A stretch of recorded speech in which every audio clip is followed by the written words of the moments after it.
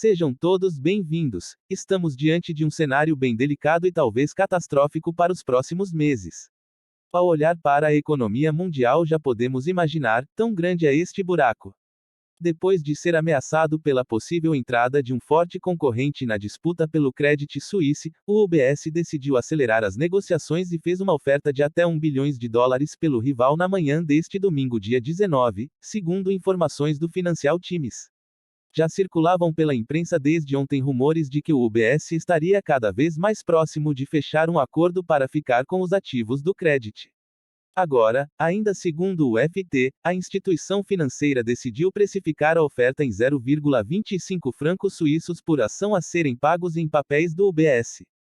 Vale destacar que as ações do Credit Suisse fecharam em 1,86 francos suíços na última sexta-feira, dia 17.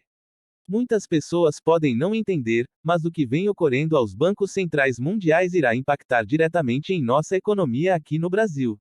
Sejam cautelosos e prudentes. As taxas de juros e preços irão disparar e trazer inúmeros conflitos sociais e pobrezas. Fico por aqui até o próximo vídeo, espero que este vídeo possa te ajudar a observar como está a nossa economia. Dólar comercial em alta, agora de 1%, cotado a R$ 5,31, agora que são meio-dia e 59. A repercussão no mercado brasileiro é da repercussão nos Estados Unidos, justamente de um receio aí dos efeitos da crise bancária dos Estados Unidos. As informações sobre o Credit Suisse têm preocupado os mercados pelo mundo. A ação, por exemplo, do Credit Suisse atingiu seu valor histórico mínimo nessa manhã, após o principal acionista da instituição descartar a injeção de mais liquidez no Banco Suíço. Essa notícia afetou também vários outros bancos europeus, em meio às preocupações sobre a saúde do setor financeiro, desencadeada pelo fechamento de bancos americanos nos últimos dias. E os rápidos aumentos nas taxas de juros dificultaram algumas empresas de pagarem os empréstimos que tomaram dos bancos, aumentando assim as chances também de inadimplência nas instituições que já estão preocupadas com essa possibilidade de recessão americana. E aí, Thales, preocupa essa crise aí? É uma crise? Não é? O governo americano tem atuado de maneira suficiente para conter isso, na sua análise? Toda crise, nos Estados Unidos, na Europa, especialmente Estados Unidos e Europa, agora China, quer dizer, nos países que mandam na economia mundial, toda crise lá é sempre preocupante. Nesse caso, há um elemento que, para nós aqui no Brasil,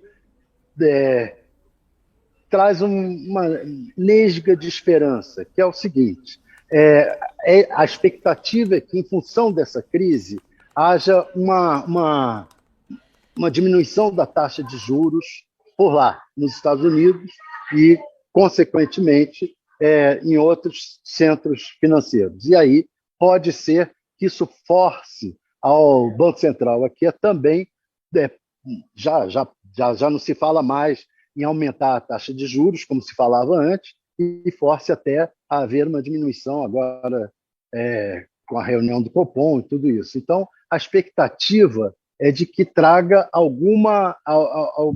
segure um pouco a taxa de juros por aqui. Não sei se isso perdurar, se a crise perdurar, certamente vai ser ruim para o Brasil. Mas tem esse lado que pode ser um pouco positivo, já que acaba um pouco com esse crescimento da taxa de juros aqui. E você, Madá, como é que você está analisando essa situação americana e já com impacto em vários lugares do mundo, inclusive aqui no Brasil, no mercado financeiro brasileiro? Eu tenho participado de rounds, de conversa com empresários, principalmente do setor de tecnologia, que estão bastante preocupados que isso seja um efeito cascata, porque isso começa com o Silicon Valley Bank. Quem se lembra, tem até um documentário, Fabíola, sobre aquela coisa dos empréstimos imobiliários, que foi uma crise que aconteceu em 2008. Essas notícias, a gente ainda não tem a dimensão real do que acontece. Você vai ter uma análise aqui, uma análise ali, mas quando começam várias instituições que lidam com uma mesma carteira de produtos, que estão ali na mesma região a ter problemas, precisa se investigar mais fundo para ver qual é o problema que está gerando tudo isso. Em 2008, isso nós vamos saber anos depois. O problema é que estavam vendendo, vamos dizer, títulos imobiliários podres. O que era isso? O cara fazia um empréstimo imobiliário, sabendo que a pessoa não ia ter condição de honrar aquele empréstimo. Só que não é só essa transação, isso vira um título. Esse título, ele é vendido como um pacote num fundo. Outras empresas e pessoas investem aí. Quando isso tudo desmorona, às vezes a gente fica até com aquela, vamos dizer, aquele schadenfreude, aquela alegria de ver que a gente não gosta, se dá mal, falar, os ricaços também se ferraram. Não é só a gente que se ferra. Mas o lance é que quando isso desmorona, isso colapsa a capacidade de investimento nos negócios normais. Então, vamos dizer, o cara pôs o dinheiro dele lá esperando um retorno financeiro que ele não vai ter porque quebrou tudo, ele não consegue investir aqui para pôr mais máquina na fábrica dele e gerar mais emprego. Então, assim, tudo que é crise financeira, para mim, o mais dramático é o seguinte: quem tem o dinheiro, quem causa a crise, porque crise não tem um só que causou, é um monte de gente fazendo coisa que não devia. Ela não acontece por acaso, não é Jesus que mandou. Quem fez o rolo todo vai continuar rico. Pode não ser tão rico, pode ficar um tempinho preso, mas vai continuar rico.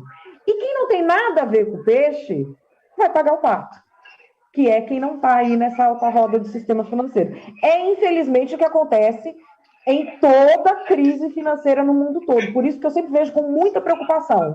Porque quem menos apita na história, quem menos manda, é quem sofre as consequências primeiro, né?